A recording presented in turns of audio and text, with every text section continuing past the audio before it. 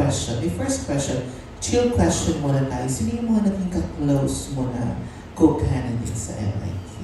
Yes, actually, ka-close ko naman po sila lahat, yung lahat po ng candidates. But I get along a lot with Miss Canada and Miss Japan.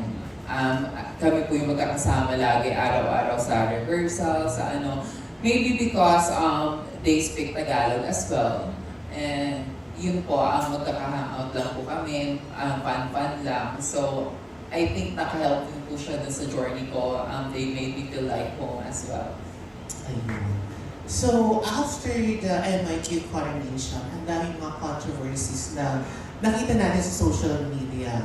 So, may mga issues na the result was rigged, yung may mga sabi natin cooking show, yung mga ganyan mga lumalabas sa social media.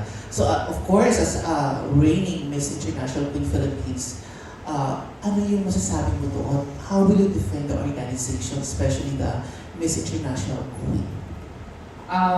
Ginawa po lahat ng Miss International Queen pageant para po maging maayos po yung flow ng pageant. And they really prepared a lot for us. They took care of us sa Thailand po. And I think we should not spread hatred po sa organization because we are promoting world peace. And that is something that we have to focus into. Even though hindi po tayo nanalo, I think that the other candidates, nag-prepare din sila para po may represent yung country nila doon. So we should not spread hatred po sa kanila dahil sobrang yung effort and pagod din po nila. Ramdam ko din po yun, I was there. So please stop hatred po sa kanila into the organization po. Ano masasabi mo kay Miss Malaysia during her live na dapat isa ka daw sa top 3? Are you close with Miss Malaysia? Yes, we are actually friends and maybe that was the reason na nasabi niya po yun. But I respect the organization's decision and of course the judges' decisions as well. And at the end of the day po, Malas na ito yung malas yun. Malas po pala yung at the end of the day.